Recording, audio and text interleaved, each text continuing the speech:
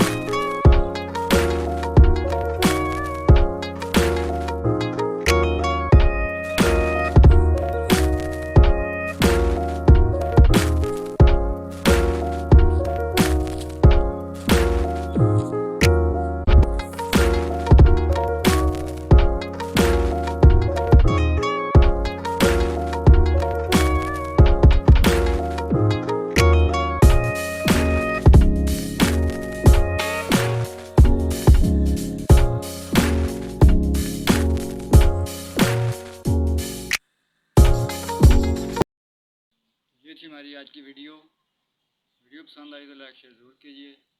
Channel पर नए हैं तो चैनल को सब्सक्राइब ज़रूर कर दीजिएगा। दुआ में याद रखिएगा। अल्लाह हाफ़िज़।